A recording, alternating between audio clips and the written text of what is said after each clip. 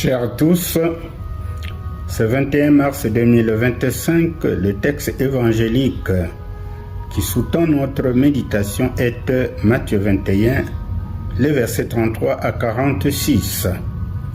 Le texte est assez technique en raison des images que le Seigneur utilise, mais renferme un enseignement très structuré. Nous convions donc nos lecteurs à faire une pause de 5 minutes pour lire le passage, afin que nous soyons au même diapason lorsque nous allons développer ce que le Seigneur nous a mis à cœur. La portée de cette parabole est immense, couvrant des siècles de l'histoire d'Israël. Cette parabole répond aux défis lancés à Jésus par les chefs religieux. Ce que nous pouvons lire en Marc 11, les versets 27 à 33.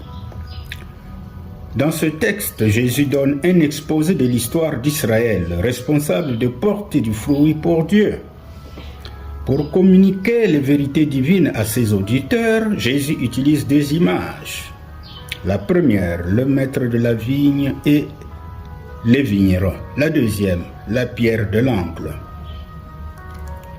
La première image, le maître de la vigne et les vignerons que nous pouvons lire au verset 33 à 41. Un homme planta une vigne. L'homme désigne Dieu, la vigne Israël. Et nous verrons que Israël dans l'Ancien Testament est aussi désigné par la vigne, ce que nous pouvons lire en Isaïe 5, versets 1 à 7.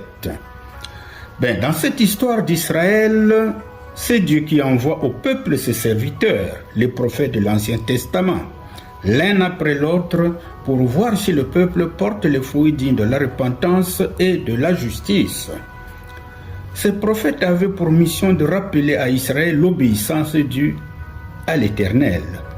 Malheureusement, le peuple n'a cessé de mépriser les paroles des messagers jusqu'à tuer certains.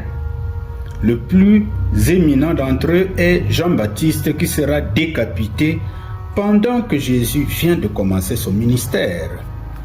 En fin de compte, il envoie son propre fils, qui lui aussi subira le martyre par une mort ignoble. Les vignerons supposent à tort que le maître est mort et que son fils est venu pour prendre possession de l'héritage.